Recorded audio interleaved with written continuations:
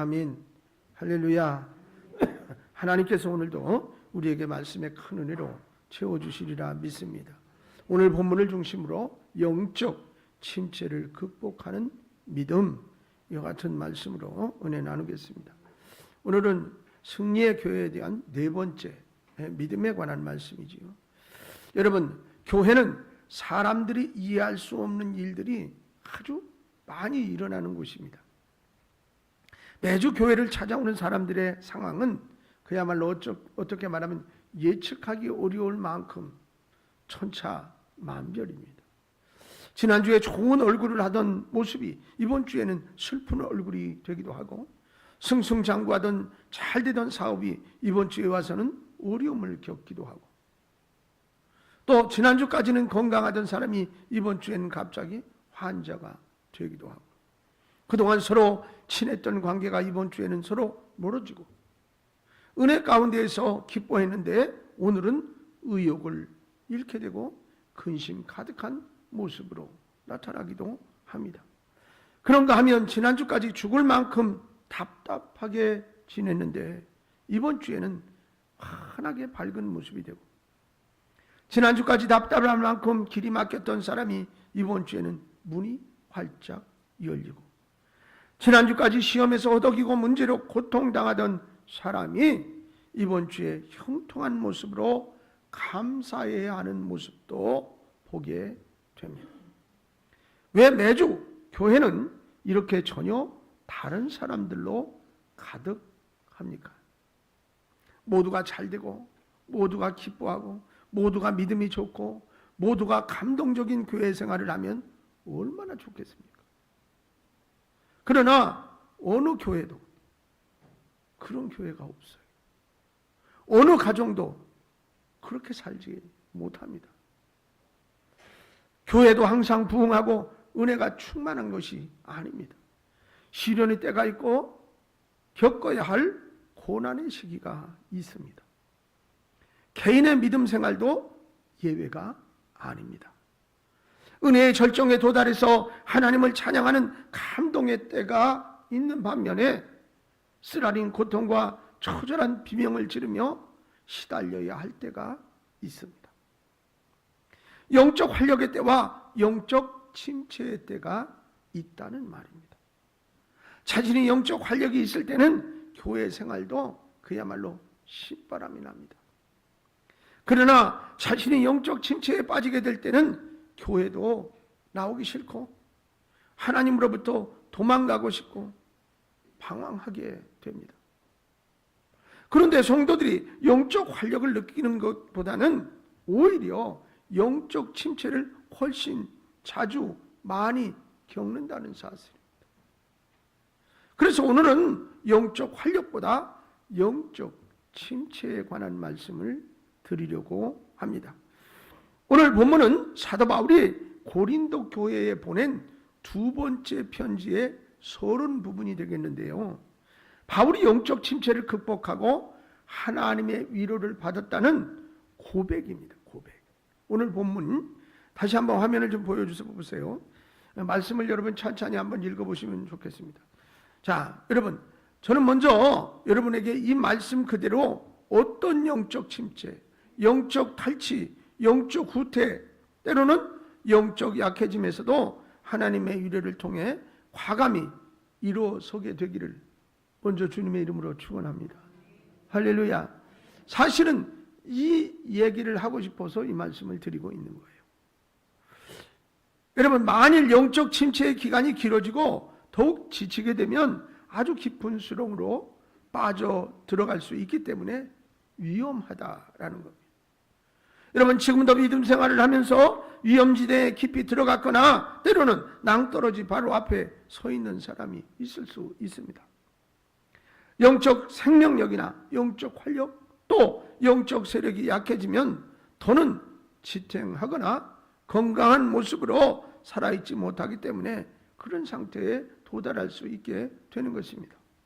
그래서 사도 바울은 모든 영적 침체 그리고 영적 고난에서도 하나님의 위로를 통해 일어선 자신의 모습을 소개하는 거예요. 소개하면서 고린도 교회는 물론 오늘 이 시대를 살아가고 있는 성도들에게도 영적 침체에 있을 때 하나님의 위로를 통해 일어서기를 바라는 것입니다. 여러분의 영적 수치는 어느 정도이십니까? 지금 교회 생활이 영적 절정이거나 가장 영적으로 활발한 상태에서 힘찬 활기를 보여주고 있습니까? 주의 일을 감당하는 힘이 강력하게 느껴지고 있습니까? 성령의 충만함은 물론 하나님의 일을 하고 싶은 열정으로 불타오르고 있으십니까? 아니면 영적 의기소침과 저하로 영적 우울증에 걸린 모습처럼 아무런 의욕이나 기대도 없이 그대로 무기력하게 자신의 처지를 비극으로 여기면서 절망하는 그야말로 바닥에 있는 상태는 아니십니까? 주의 일에 대한 간절함이 사라진 것은 아니신지요? 영적 수치가 높이 나타날수록 교회 생활은 활기차요. 그렇지만 영적 수치가 낮아지면 이 일에 대한 어지러움은 물론 포기하고 싶어지게 되는 것입니다. 사도 바울은 유난히 영적 침체를 심하게 겪은 것에 대해 회상을 하고 있습니다. 본문 뒤에, 오늘 우리가 본 본문 뒤에 나오는 고린도후서 1장 8절로 9절 말씀을 한번 보시겠습니다. 형제들아, 우리가 아시아에서 당한 환난을 너희가 모르기를 원하지 아니하노니 심에 겹도록 심한 고난을 당하여 살 소망까지 끊어지고 우리는 우리 자신이 사형 선고를 받은 줄 알았으니 이는 우리로 자기를 의지하지 말고 오직 죽은 자를 다시 살리시는 하나님만 의지하게 하십니다. 자, 사도 바울은 위대한 종이었어요. 그야말로 1세기에 그리스와 로마와 세계를 흔들고 다니면서 큰 능력과 기적을 보여주고 사역을 했던 그야말로 불굴의 주의 종입니다. 그러나 지금 그 고통이 얼마나 컸으면 삶의 끈을 놓고 싶어 하겠습니까? 심의 경우는 심한 고통을 당하면서 살 소망까지 끊어졌노라, 이렇게 고백을 했습니다. 그 상황은 도저히 이해할 수 없고 또 사형 선고라는 표현을 쓸 만큼 절망감 속에서 모든 것이 외부로부터 오는 것에 의해서 그야말로 정지 상태가 되었다라는 것을 보여주고 있어요. 혹시 여러분 중에 바울이 겪었던 것처럼 심한 고난으로 인해서 살 소망마저 잃어가는 분은 안 계신지요? 점점 영적 탈진과 약해짐으로 마음의 번뇌, 심리적인 고통, 정신적 괴로움, 거기에 플러스해서 육체적으로 나약함까지 겹치면서 비참함에 빠져 들고 있는 분은 안 계십니까? 오늘 바울이 다시 일어선 것처럼 여러분도 일어서기를 바랍니다. 왜냐하면 영적 침체는 믿는 자들에게 해로운 것이라기보다는 오히려 유익을 주기 때문에 그렇습니다. 아니, 목사님 무슨 소리를 하세요? 예? 늘 기쁘고 늘 감사하고 좋은 일이 많은 게 좋지 왜 괴로움을 당하는 게 좋습니까? 성경은 그리 말하지 않아요. 보실까요? 첫째로 영적 침체는 하나님을 만나는 기회가 됩니다. 영적 침체를 느낀 사람은 사도 바울만이 아니에요.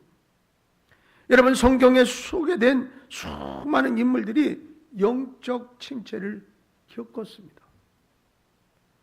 열왕기상 19장 4절을 보면 갈멜산에서 영적 싸움에서 승리한 후에 아합과 이세벨에게 쫓기던 엘리야는 방송실 화면은 보여줘야죠. 내가 얘기하면. 노뎀나무 아래에 앉아서 하나님 생명을 거둬가세요. 그렇게 기도를 했어요. 여러분, 엘리야는 하늘에서 불이 내려 제단을 다 태우고 살아계신 하나님의 능력을 보았던 능력의 선지자예요. 그렇지만 지금은 자신의 생명을 거둬달라고 하나님께 절규하고 있어요. 이 두 가지 장면을 비교해 볼 때 누구든 영적 침체를 겪을 수 있다라는 사실입니다. 그뿐이 아닙니다. 여러분 민수기 11장 15절 말씀을 보면 이스라엘의 첫 번째 지도자였던 모세도 백성들의 불평과 원망의 소리를 들을 때 도저히 이것을 혼자서 감당할 수가 없다고 하면서 하나님 죽여 내가 고난당함을 내게 보지 않게 하옵소서. 나 죽여주세요. 모세도 그런 기도를 했어요. 힘들어서. 여러분 그뿐만 아니라 예레미야서 20장 14절로 15절에 보니까 예레미야 선지자도 하나님의 일을 감당하기 위해서 말씀을 전하지만 자신이 계속 조롱거리가 되었을 때 자신을 저주하며 죽고 싶은 마음을 토해내고 있음을 볼 수가 있습니다. 여러분 사도 바울은 주의 일을 하면서 사람이 감당할 수 없는 극한 어려움을 당한 주의 종입니다. 바울은 죽음을 생각할 수밖에 없는 자리에 있었고 그리고 자신의 의지와 관계없이 죽음과 싸워야 했습니다. 여러분 고린도후서 11장 23절로 27절의 말씀을 같이 한번 읽어볼까요? 바울의 심정을 봅시다. 그들이 그리스도의 일꾼이나 정신없는 말을 하거니와 나는 더욱 그리하도다. 내가 수고를 넘치도록 하고 옥에 갇히기도 하고 더 많이 하고 매도 수없이 맞고 여러 번 죽을 뻔하였으니 유대인들에게 40에서 하나 감한 매를 5번 맞았으니 3번 태장으로 맞고 1번 돌로 맞고 3번 파선하고 일주야를 깊은 바다에서 지냈으며 여러 번 여행하면서 강의 위험과 강도의 위험과 동족의 위험과 이방인의 위험과 신의 위험과 광야의 위험과 바다의 위험과 거짓 정죄 중에 위험을 당하고 또 수고하여 애쓰고 여러 번 자지 못하고 주리며 목마르고 여러 번 굶고 죽고 헐벗었노라. 여러분 이 얘기만 들어보면 우리 바울 안 하고 싶어요. 여러분 여기 수없이 매맞고 옥에 갇히고 배고프고 헐벗고 춥고 조롱당하고 바울이 그렇게 이런 고통의 길을 갔던 사도 바울이기 때문에 살 소망이 끊어지는 죽음을 원했던 거예요. 하나님의 부르심을 받고 그 소명을 다하기 위해서 달려갔던 수많은 주의 사람들이 겪은 그 치열하고 험난한 절망 앞에서 그야말로 영적 침체를 맞은 거예요. 당한 거라.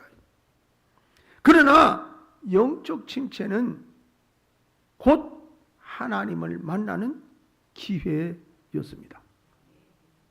이들이 이런 영적 침체를 겪음으로 오히려 하나님을 더 끝까지 붙들고 매달리고 하나님을 더 깊이 만나는 기회로 삼았던 것을 볼 수가 있어요.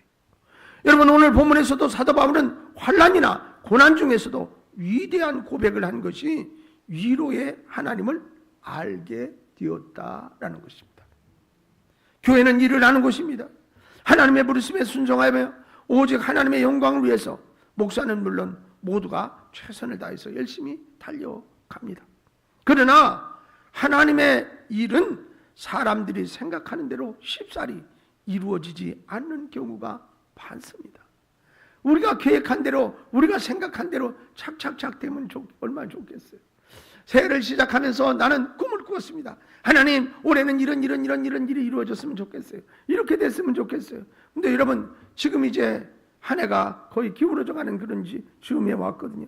결산을 한번 해보고 남은 시간을 어떻게 최선을 다해서 활용을 해야 할까 그런 시점이에요. 과연 내가 계획한 대로 쫙 다 이루어졌습니까? 그렇지 않다고 말이에요. 여러분 이제 정말 감당하기 어려운 일 천지예요. 단순히 전략이나 돈이나 사람에 대한 어려움도 있겠지만 정말로 감당하기 어려운 것은 자신의 영적인 침체, 영적인 탈진, 영적인 절망이 왔을 때예요. 이것이 찾아오면 누구든지 심한 통증을 느끼게 돼요. 믿음은 물론 삶의 의욕까지 내려놓고 포기하고 싶어지는 것입니다. 그러나 영적 침체의 시기가 오히려 믿음을 가지고 있는 성도들에게는 큰 도움이 돼요. 그것은 죽음도 생각하게 되지만 아울러 하나님도 생각하게 되기 때문입니다. 내가 너무 힘들어서 죽었으면 좋겠어, 그렇게 생각도 하지만 하나님도 생각하게 된다. 여러분, 이 초절하고 비통한 모습 때문에 죽고 싶다는 생각을 자신에게 던지는 동시에 하나님에게도 던지게 돼요. 결국 영적 침체기에 하나님을 더 깊이 만나는 경험을 하게 됩니다. 왜냐하면 영적 침체는 훨씬 깊이 하나님을 알게 하는 도구가 되기도 하기 때문입니다. 다윗은 유다 광야에 있을 때 이렇게 고백했어요. 다윗의 고백을 같이 한번 읽어볼까요? 시편 63편 1절 2절 말씀이에요. 하나님이여, 주는 나의 하나님이시라. 내가 간절히 주를 찾되 물이 없어 마르고 황폐한 땅에서 내 영혼이 주를 갈망하며 내 육체가 주를 앙모하나이다. 내가 주의 권능과 영광을 보기 위하여 이와 같이 성소에서 주를 바라보았나이다. 여러분, 그리고 다윗은 항상 영적 침체가 올 때마다 같은 고백을 했습니다. 그것은 하나님을 바라보는 것이었습니다. 그렇습니다. 여러분, 우리가 살아가는 과정 속에서 이런 영적 침체를 겪고 그때 삶도 내려놓고 싶지만 하나님도 바라보게 돼서 하나님으로부터 그 문제를 해결받고 위로를 받은 경험이 있다면 그 다음에 다른 영적 침체가 오면 당연히 하나님을 바라보게 되죠. 다윗이 그 고백을 하는 거예요. 어려울 때 하나님을 바라봤더니 그 문제가 해결을 받았어. 그 문제를. 그 다음에 다른 문제를 만났을 때 당연히 하나님을 바라보게 되더라 그 말이에요. 그것이 복이라. 여러분, 사랑하는 여러분, 믿음 생활을 항상 영적 절정만 있는 게 아닙니다. 영적 침체도 있습니다. 그것은 심하게 무너지라는 뜻이 아니고 하나님을 만나기 위해 그 고난 중에 하나님을 바라보세요 라는 신호인 줄로 믿으시기 바랍니다. 할렐루야. 두 번째로, 영적 침체는 믿음의 진보를 이루는 수단이 됩니다. 믿음의 사람들이 좋아하는 언어는 부정적인 쪽보다 긍정적인 쪽이 많을 것이에요. 여러분, 가령 기쁨, 감사, 축복, 평안, 형통, 승리 등등. 여러분, 그런데 어느 날 원치 않고 좋아하지 않는 손님이 덜컥 찾아와서 괴롭힙니다. 괴로움, 상처, 아픔, 낙심, 미움, 죄, 허무함, 피곤, 불행, 심지어는 죽음. 우리가 사는 곳곳마다 자꾸 따라다녀요. 여러분, 살아있는 동안 이것이 계속 따라다녀요. 어떤 경우는 교회에서 열심히 일을 하면서 어려움을 당하거나 주의 부르심을 위해 헌신하고 있는데 들려오는 그야말로 심장을 도려내는 말들을 듣게 될 때도 있어요. 여러분, 가령은 보면 연예인들이 열심히 활동을 하다가 악플에 시달려서 생명을 내려놓는 경우도 있잖아요. 여러분, 어쩌면 우리 장로님이 그런 말 잘하세요. 어떤 어린아이가 재미지라고 호숫가에 개구리를 향해서 돌을 던지지만 그 개구리는 맞으면 죽을 수도 있어요. 우리가 하는 말 한마디가 상대방을 살리기도 하고 죽일 수도 있다는 사실을 알아야 되는데, 여러분, 교회라고 그렇지 않으냐? 교회도 그래요. 일을 열심히 하는데 나 딴에는 최선을 다해서 했는데 뒤에서 들리는 말은 어떻게 엉뚱한 얘기가 들려요. 그야말로 심장을 점여지는 것 같은 그런 아픔의 소리를 들었을 때 실망감이란 이루 말할 수가 없단 말이에요. 여러분, 오히려 일 안 하는 사람은 그런 얘기 안 들을 수도 있어요. 일하는 사람인데 그 얘기를 들으니 더 기가 차잖아요. 여러분, 그리고 심하게 온 일들을 하게 해서 너무 벅차고 때로는 감당하기 역부족일 때 정말 쉬고 싶고 이제는 좀 떠나고 싶다, 그런 영적 침체가 찾아올 수 있습니다. 이런 일들은 우리만이 겪고 나만이 당하는 괴로움이 아니더라. 성경을 보니까 빌립보 교회도 같은 어려움을 겪었습니다. 그런 교회를 향해 바울이 전한 말씀은 너무너무 분명했어요. 빌립보서 1장 12절 말씀을 한번 같이 읽겠습니다. 한번 보십시오. 형제들아, 내가 당한 일이 도리어 복음 전파의 진전이 된 줄을 너희가 알기를 원하노라. 25절에는 다음과 같은 말씀이 있어요. 25절 말씀을 보여줘 보세요. 내가 살 것과 너희 믿음의 진보와 기쁨을 위하여 너희 무리와 함께 거할 이것을 확실히 아노니 그랬어요. 영적 침체는 복음 전파의 진전, 믿음의 진보를 확실하게 하는 도구라. 그렇게 말하고 있습니다. 여러분, 영적 침체는 결코 믿음의 후퇴나 낙담이 아니라는 겁니다. 그런데 영적 침체가 오면 모든 것이 마비되든지 정지돼 버려요. 교회를 잘하고 교회를 힘껏 섬기던 사람이 돌변해서 세상 일에 빠지고 부끄러운 일을 하고 하나님에 대해 믿음과 소망을 잃어버리고 살아요. 교회도 이제 기도의 불이 꺼지고 봉사가 시들해지고 영원 구원을 위해 흘리던 눈물이 마르게 되고, 영적 침체의 늪이 깊이 빠지면 믿음도 잃고 사명도 잃고 건강도 잃고 결국 가서는 하나님도 잃어버릴 수 있어요. 그러나 기억할 것은 영적 침체는 결코 하나님께서 나를 버리시려는 응답이 아니다. 믿음의 진보를 위한 인도하심이다 라는 사실을 믿어야 합니다. 여러분, 사도 바울에게는 영적 침체에 있는 사람들에게 주는 끊임없는 교훈의 말씀이 있어요. 빌립보서 1장 20절, 3장 8절, 에베소서 4장 13절 세 군데 말씀을 한번 비춰줘 보세요. 한번 보십시다. 자, 나의 간절한 기대와 소망을 따라 아무 일에든지 부끄럽지 아니하고 지금도 전과 같이 온전히 담대하여 살든지 죽든지 내 몸에서 그리스도가 존귀하게 되려 하나니, 3장 8절에는 또한 모든 것을 해로 여기면 내 주 그리스도 예수를 아는 지식이 가장 고상하기 때문이라. 내가 그를 위하여 모든 것을 잃어버리고 배설물로 여기면 그리스도를 얻고 그랬어요. 또 4장 13절 에베소, 우리가 다 하나님의 아들을 믿는 것과 아는 일에 하나가 되어 온전한 사람을 이루어 그리스도의 장성한 분량이 충만한 데까지 이르리니. 할렐루야. 여러분, 주의 일이나 교회의 일을 위해서 봉사하다가 겪는 영적 침체가 있는 것은 나의 믿음과 연관이 깊다라는 사실을 놓치지 말아야 합니다. 영적 침체는 하나님의 사랑이 무엇인지 가르쳐주기도 하고 또 더 깊은 하나님의 사랑에 감동하게 하기도 하고 더욱 함께 하시고 더욱 감사하게 하시고 더욱 기도하게 하심으로 은혜의 깊이와 넓이를 더하게 하시는 하나님과 깊어지는 믿음의 진보를 향한 하나의 과정이기도 하다는 것입니다. 그래서 교회는 완성된 건물이 아니라 지어져 가는 건물이라고 하는 이유가 거기 있어요. 에베소서 2장 22절 말씀을 보면 교회는 성령 안에서 하나님의 거의 처소가 어떻게 지어져 가느니라 라고 말하고 있어요. 건물을 짓는데 비가 오고 바람이 분다고 해서 짓던 건물을 어떻게 포기하는 사람은 없을 겁니다. 좋은 건물을 지으려면 오랜 시간이 걸릴 수 있어요. 훨씬 많은 횟수의 비바람을 견뎌야 하기도 하고요. 여러분 그 TV에 보니까 노틀담 대성당이 불에 몽땅 다 탔는데 그거 다 재건하는데 1조 원이 들었다고 그래요.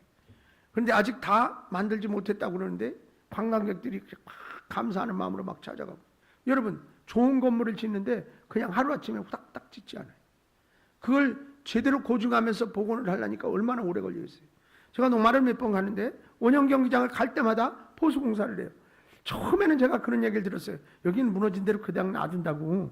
그래서 그런가 보다 그랬는데 어느 생각 바뀌었는지 어느 해 가니까 일부를 고쳐놓고 또 몇 년 뒤에 가보니까 또 복원해놓고 그러면서 점점 이제 원형 상태 그대로가 이렇게 보이게 되는데 근데 꼭 그게 좋아 보이지는 않지만 어찌됐든 간에 이렇게 복원을 하는데 굉장히 오랜 시간 공을 들여가면서 그 건물 원년 상태를 만들어가는 과정을 이제 알 수가 있었어요. 여러분, 좋은 건물을 지으려면 비바람도 다 이기고 그런 시간들이 필요하다 그 말이에요. 오늘 우리가 겪는 비바람, 때로는 폭풍은 견고한 교회와 믿음을 위한 진보입니다. 영적 침체에서 믿음이 세워지는 줄로 믿습니다. 할렐루야. 마지막으로 세 번째, 영적 침체는 다른 영적 능력을 얻게 하는 통로가 됩니다. 자, 고린도후서 12장 7절로 10절 말씀을 같이 한번 읽어보도록 하겠습니다. 여러 계시를 받은 것이 지극히 크므로 너무 자만하지 않게 하시려고 내 육체에 가시고 사탄의 사자를 주셨으니 이는 나를 쳐서 너무 자만하지 않게 하려 하심이라.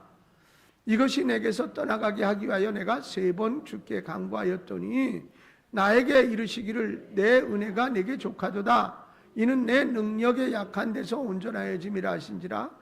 그러므로 도리어 크게 기뻐함으로 나의 여러 약한 것들에 대하여 자랑하리니 이는 그리스도의 능력이 내게 머물게 하려 함이라. 그러므로 내가 그리스도를 위하여 약한 것들과 능력과 궁핍과 박해와 공고를 기뻐하노니 이는 내가 약한 그때에 강함이라. 할렐루야. 여러분, 우리 스스로를 돌이켜보자고요. 강하게 잘 나가고 그랬으면 과연 주님을 만날 수 있었을까? 그런 분도 있는 거예요. 오히려 약해졌기 때문에, 오히려 어려움을 겪었기 때문에 주님을 만나는 계기가 됐다. 그럴 수 있어요. 여러분, 사도 바울은 하나님께 큰 은혜를 받았습니다. 그러나 몸은 견디기 힘들 만큼 건강이 좋지 않았습니다. 육체의 가시가 사탄의 사자라고 표현한 것은 심한 아픔을 주는 것임을 짐작할 수가 있어요. 제가 신학교 들어갔을 때 우리 교수님이 그렇게 얘기해요. 뭐라고 하냐면 아마 바울이 가졌던 그 아픔은 담석증일 거야. 그래서 왜 그러니까 얼마나 아픈지 몰라. 그래요. 그러니까 자기가 경험한 아픔이 바울이 겪었던 아픔이 아닐까 그렇게 상상해 보는 거죠. 또 다른 어떤 분은 그렇지 않다, 뭐 안질이다, 뭐 이러고 이제 하지만 사실은 정확하게 어떤 질병인지는 성경이 기록하고 있지 않으니 잘 모르겠어요. 가늠만 하는 거지. 근데 내 육체의 고통, 어떤 질병을 가지고 있다면 그것과 대비해 볼 수 있겠다 이 말이에요. 바울이 얼마나 힘들었을까, 얼마나 아팠을까 하는 것은 여러분 좀 생각해 볼 수 있지 않아요? 그래서 간절하게 하나님 앞에 기도했지만 하나님은 다른 말씀으로 응답해 주세요. 그의 육체의 병이 은혜라고 바울은 깨닫게 되고 그 약함으로 인해서 더욱 강하게 된 자신을 설명하고 있음을 볼 수가 있습니다. 여러분, 내가 건강해가지고 막 그랬다면 교만했을 텐데, 오히려 건강이 없음으로 말미암아 하나님을 더 의지하게 됐고, 또 그래서 뭐냐면 약함이 곧 강함이라 이렇게 표현하고 있는 것을 볼 수가 있어요. 여러분, 그렇지 않습니까? 내가 육체적으로 여러 가지로 어려움을 겪고 있을 때 하나님을 더 크게 붙들고 있다면 강한 것이죠. 그런데 나 혼자도 잘 살 수 있을 것 같아서 하나님을 등한시하고 뒤로 밀어놨다면 그건 약한 거예요, 오히려. 여러분, 그렇기 때문에 고린도후서 12장 9절 말씀을 보시면 그러면서 바울은 더욱 능력의 영역들이 확장돼 가면서 몸의 약함뿐만 아니라 능력, 궁핍, 박해, 공고까지도 어떻게 해요? 기쁨으로 받아들이는 새로운 강한 능력을 갖게 되는 것을 볼 수가 있어요. 여러분, 고린도후서 13장 4절 말씀을 이제 한번 보십시다. 그리스도께서 약하심으로 십자가에 못 박히셨으나 하나님의 능력으로 살아계시니 우리도 그 안에서 약하나 너희에게 대하여 하나님의 능력으로 그와 함께 살리라. 자, 예수를 믿는다고 해서 다 능력이 있다는 건 아닙니다. 별것 아닌 것에도 무너지는 사람도 많습니다. 여러분, 거창한 핍박이나 박해 때문에 넘어지는 것이 아니라 상대방의 말 한마디에 생사를 거는 허약한 사람도 있습니다. 그러나 그런 사람일지라도 실망하지 말아야 합니다. 그 약한 것 때문에 자신을 더욱 살피게 되고 또 약한 것을 위해서 기도하게 되고 또 하나님 앞에 나아가면서 부족한 것 때문에 오히려 하나님을 더 가까이 함으로 많은 유익을 얻게 되는 것을 볼 수가 있습니다. 여러분, 사도 바울은 고린도전서 4장 13절에서 이렇게 자신의 처지에 대한 느낌을 말했어요. 자, 한번 읽어볼까요? 비방을 받은 즉 권면하니 우리가 지금까지 세상의 더러운 것과 만물의 찌꺼기가 같이 되었도다. 자, 사도 바울도 사람들에게 비방을 받았는데 받았을 때 느끼던 감정은 뭐라고 얘기해요? 음식물 찌꺼기, 즉 쓰레기, 오물 같은 심정이었다. 그렇다고 해서 비관하고 비참하다고 생각한 것이 아니었어요. 여러분, 그런 말 때문에 자기를 파멸시키지 않았습니다. 도리어 그는 더욱 큰 새로운 영적 세계를 발견했습니다. 하나님 나라를 위해서 사는 사람은 말이 아니라 능력으로 살아야 된다는 것을 깨닫게 됐던 거죠. 믿음 생활을 하면서 자신의 약하고 부족하고 어려운 것 때문에 영적 침체를 누구나 겪을 수 있습니다. 그러나 영적 침체가 축복이 되는 것은 새 능력을 주시기 때문입니다. 여러분, 고린도후서 4장 11절로 12절과 12절로 7절, 6장 9절로 10절 말씀을 한번 화면을 좀 보여줘 보세요. 여러분, 어떤 영적 침체가 있습니까? 어떤? 교회를 나오기만 하면 영적 활력이 막 확 넘쳐나는 겁니까? 아닙니다.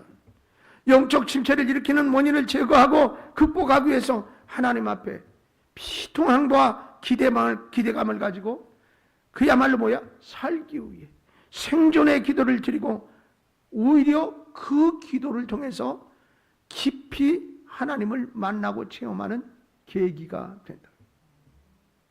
그리고 내 안에 숨겨져 있던 영적 새로운 능력을 발견하게 되기도 한다. 여러분, 영적 침체는 성경 공부하라는 그런 사인이 아니라 하나님을 만나라는 확실한 증거입니다. 영적 침체를 당하는 성도들을 구경하고 언젠가는 좋아질 거야 하면서 막연하게 기다리는 교회는 성도들을 죽도록 방치하는 어쩌면 위험한 교회일지 모르겠습니다. 교회의 목적은 사람이 구원을 받도록 해야 돼요. 그렇지만 또한 구원받은 사람을 더욱 능력 있는 믿음의 삶으로, 믿음으로 살도록 이끄는 일도 열심을 다해야 합니다. 만일 성도들이 영적 침체로 인해서 신음하고 생명의 피가 말라가는데 목회자와 또한 재직들이 아무런 대책이나 죄책감도 없이 자신이 할 일만 하고 있다면 잘못된 겁니다. 승리하는 교회는 성도들의 영적 침체와 탈진 상태를 잘 파악하고 치료하기 위하여 하나님의 능력을 공급하는 교회이어야 합니다. 여러분, 이 교회 전체, 건물만이 교회가 아니에요. 여러분 자신 각자가 교회입니다. 그렇기 때문에 건강한 영적 상태에 있는 교회가 건강하지 못한 교회에 영향력을 주어 치료하게 해야 치료돼요. 그러니까 여러분들에게도 그런 사명이 있다 그 말이에요. 여러분, 우리 교회는 영적 침체로 인해서 의기소침과 낙심과 약함으로 말라가는 교회가 아니라 영적 활력과 능력으로 생기와 소망과 생명력으로 모두가 믿음의 표적이 넘쳐나는 교회가 되어야 할 줄로 믿습니다. 사랑하는 여러분, 오늘 들은 말씀이 나와는 무관하다? 아닙니다. 앞으로 닥칠 수도 있고 이미 겪었을 수도 있습니다. 여러분, 그러나 우리 모두가 영적으로 날마다 충만하고 활력이 넘치면 얼마나 좋겠느냐 이 말이에요. 그러나 누구나 그 침체의 과정들을 겪는데 그 침체가 곧 나를 넘어뜨리는 것이 아니라 오히려 그것을 계기로 해서 내 믿음이 더욱더 성장하는 복된 역사가 있다는 사실도 분명히 기억하시기를 바랍니다. 성경의 수많은 인물들이 그와 같은 고백을 했고 그것을 극복했을 때 얼마만큼 하나님의 손에 붙들려서 더 위대하게 사용되어졌는지를 고백하고 있음을 보시기 바랍니다. 그러므로 영적 침체가 왔을 때 첫째는 영적 침체는 하나님을 만나는 기회구나 믿으시기 바랍니다. 두 번째, 영적 침체는 믿음의 진보를 이루는 수단이라는 사실을 믿으시기 바랍니다. 마지막으로 영적 침체는 다른 영적 능력을 얻게 하는 또 다른 통로임을 믿으시기 바랍니다. 할렐루야! 찬송하겠습니다.